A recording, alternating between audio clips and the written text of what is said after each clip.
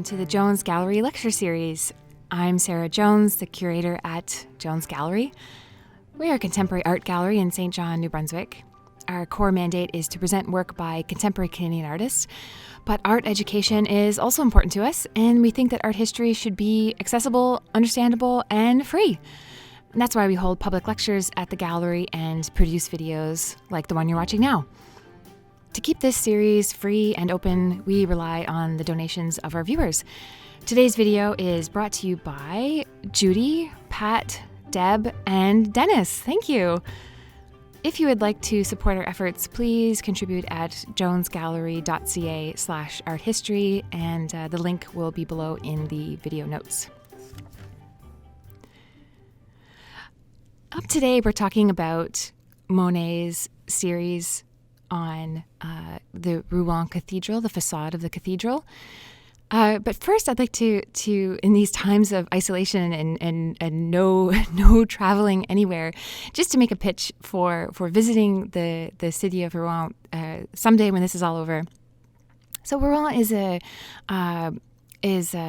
city about an hour train ride outside of Paris, and often what people will do is they'll take the train to Rouen, and then they'll stop on the way back at Monet's garden at Giverny. And so they're kind of in a line, the same train line that Monet would have taken, we take now essentially. And so it's kind of part of of northern France, and it's within Monet's kind of geographical area where he would have been traveling throughout his life. So here's Rouen. You can kind of see the nature of the city, these wonderful timber houses kind of leaning over the streets.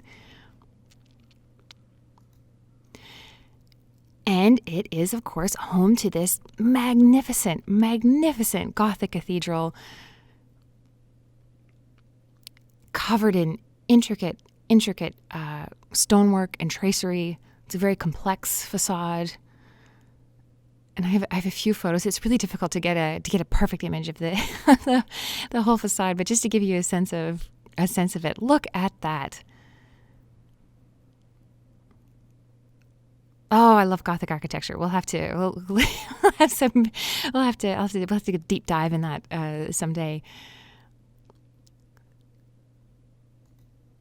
And again, just a wee little pitch for visiting Rouen and spend the whole day there, and then go to Giverny later. If we all had unlimited travel time. Rouen, the city, and then of course the cathedral itself is full of just incredible Gothic architecture and sculpture, and the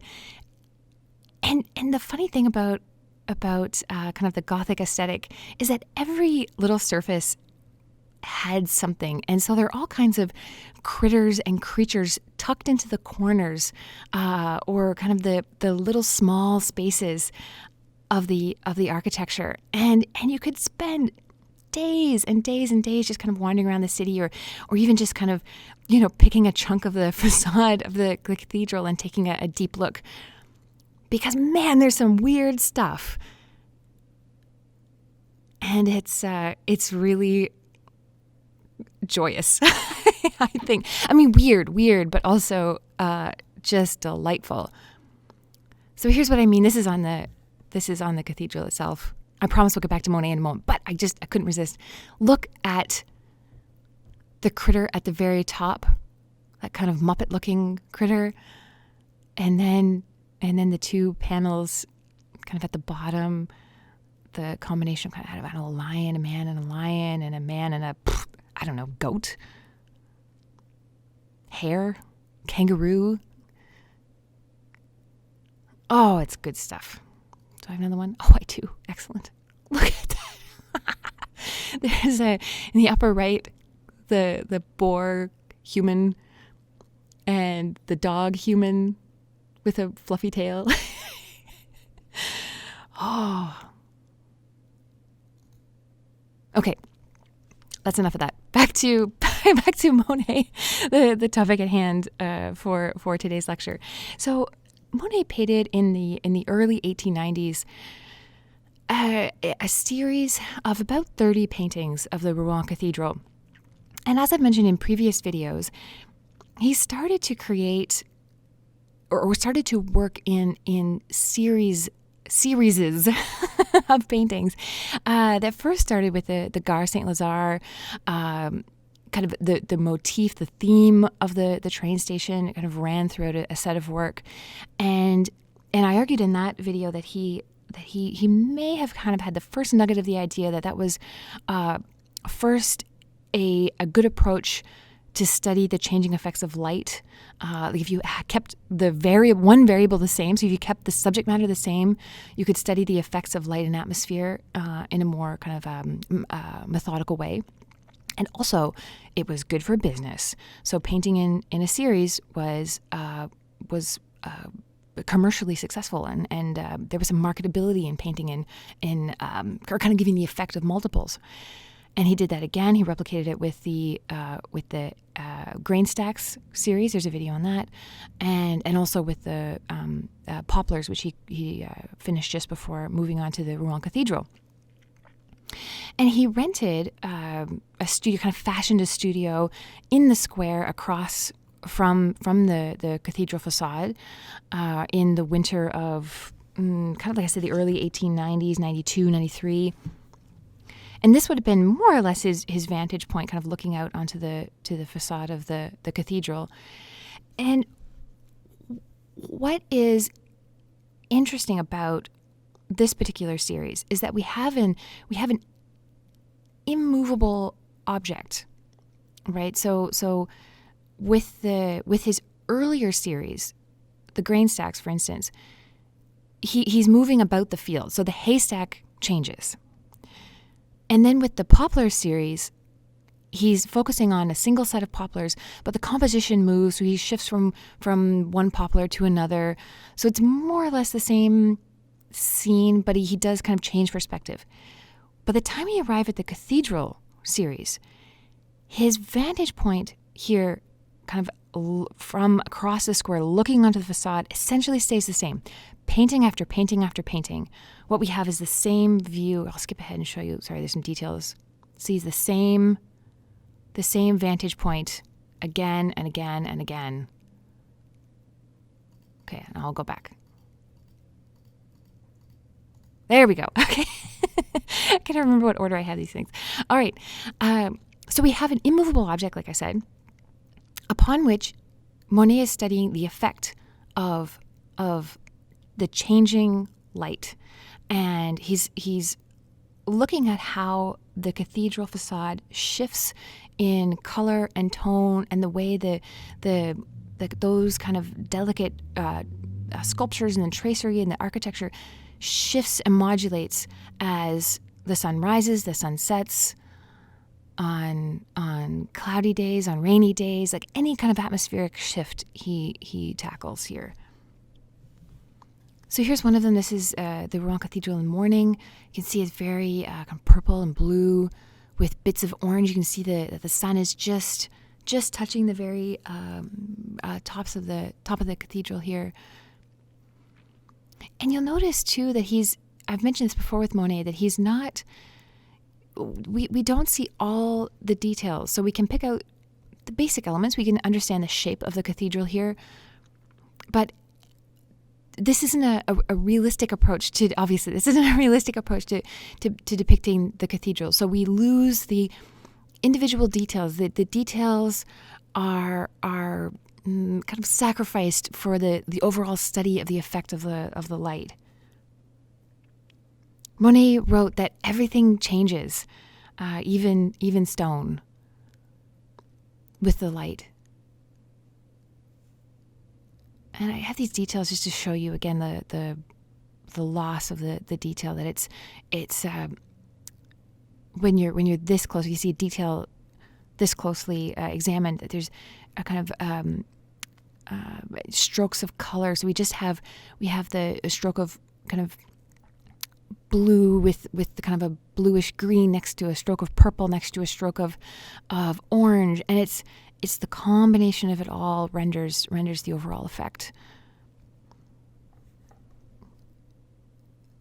Here's the Rouen Cathedral at sunset. And you can really see with this one, there's an art historian, Paul Tucker, and he wrote that this series, it's like the painting surface resembles, in fact, the cathedral itself. I think I'm paraphrasing. I'm kind of botching this quote, but he's talking about it being encrusted with paint, the surface, and then it's like masonry, like it's kind of brick by brick being built up on the surface. You can really see how thick the paint is. Have a look over the main door there of the entrance. Look how thick the paint has been applied. So, just what I was saying in the previous scene, like look at, you kind of look right in the center here. There's strokes of blue, and then comes the kind of the pale gold or the pale yellow. And then on the top, we have almost a very dry brush. So what I mean by dry brush is that it's not kind of a liquidy paint that's flowing over the surface or blending in. So it's kind of sticky. It's staying right on the surface. And with those strokes of kind of orange and rusty red.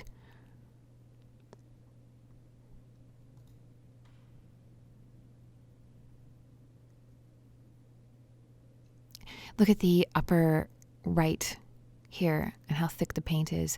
It's hard. Oh, it's always so difficult to show impasto paintings. So that's paintings where you can see the brushstrokes on a screen.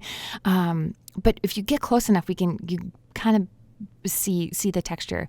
But if you ever have the good fortune to see one of these later paintings of Monet's career in person, kind of get as close as you can without setting off any alarms, and look to the side and kind of give it a good look, because you can see how thickly the paint has been applied to the surface, just again and again and again, layer upon layer upon layer. And also with the cathedral here, I find it's almost like a paradox. It's like it's a stone structure, but it looks in the light like it's shimmering and moving and almost transparent in places. I find this version to be very it's translucent almost, and it's reflecting the sky. But then it also looks like you're peering through the building into the sky as well.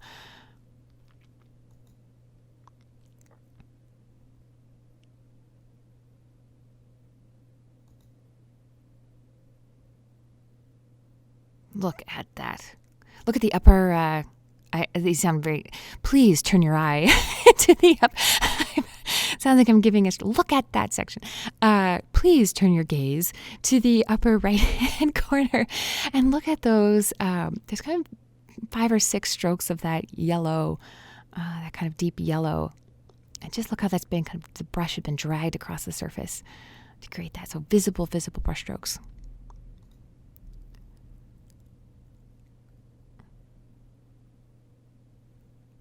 This is on obviously a darker day, but just that shift in color, so it can change. That he's kind of making this argument that a surface or a structure like this that's kind of ostensibly should be one consistent color can change completely given the time of day or the weather or the time of year. This vantage point is shifted just slightly. We can get a little bit of that. The town in the lower left. But remember what I said about the building almost looking transparent. You can see that here in the upper center. Oh, this one's great. And you can see, I love the title with this one, and I talked about that in there's a video on Monet's early life and Impression Sunrise, and Monet kind of not being very fastidious about giving titles to his paintings, and it's almost as if, I don't know if this is accurate or not, but so this painting is entitled Rouen Cathedral Facade Number 1. So it's almost as if he's this is just my like I'm kind of maybe reaching a bit here. Maybe it's just something I would do. It's almost as if he forgot what time of day this was, and he asked to assign it a title for the exhibition. He's like, Facade 1. Anyway, these kind of little details that remind us that these were real people. Monet's a real person.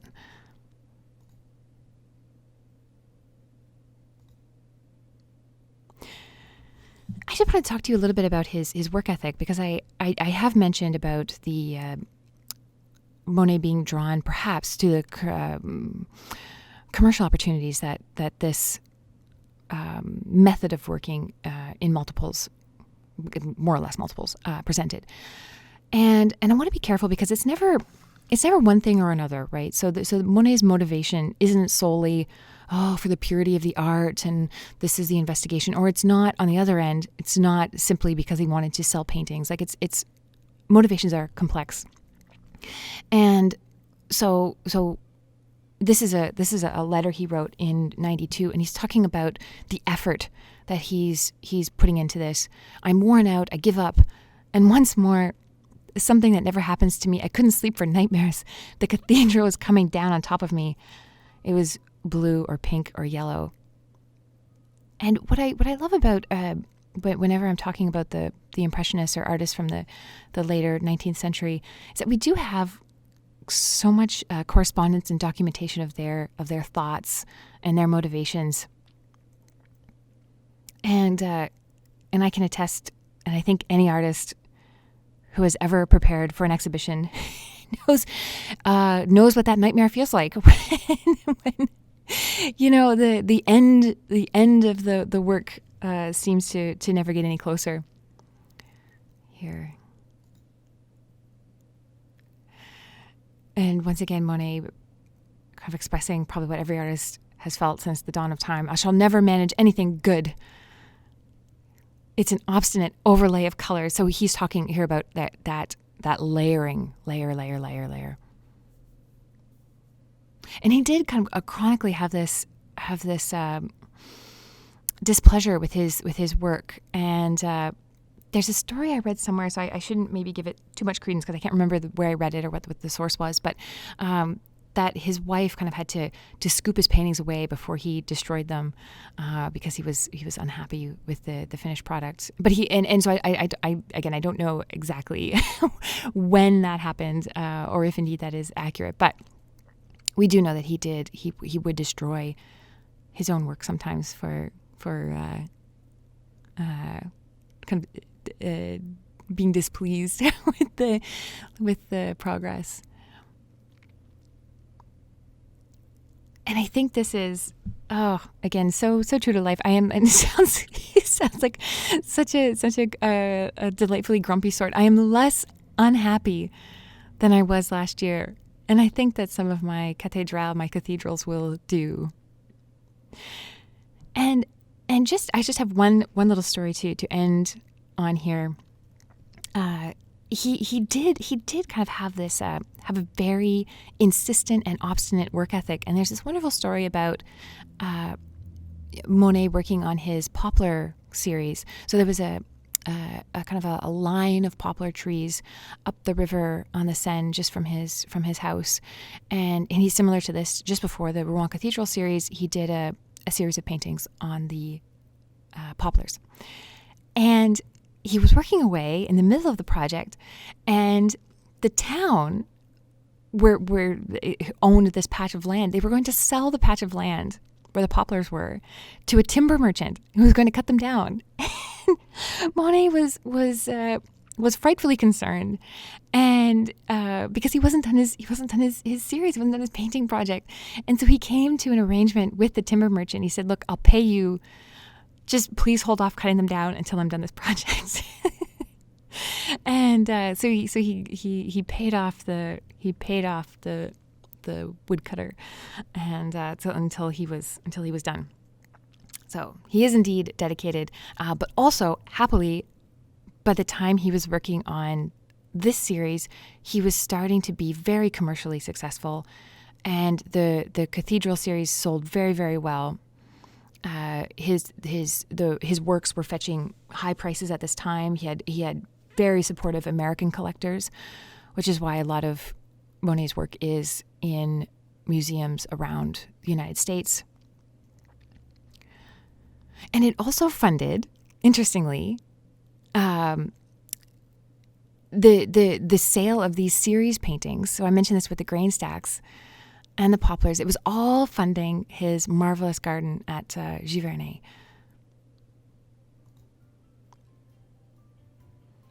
If you would like to support the lecture series, please donate at jonesgallery.ca/arthistory. I'm Sarah Jones, and technical support today done, as always, by my brother Caleb Jones. And thank you for watching. Until next time.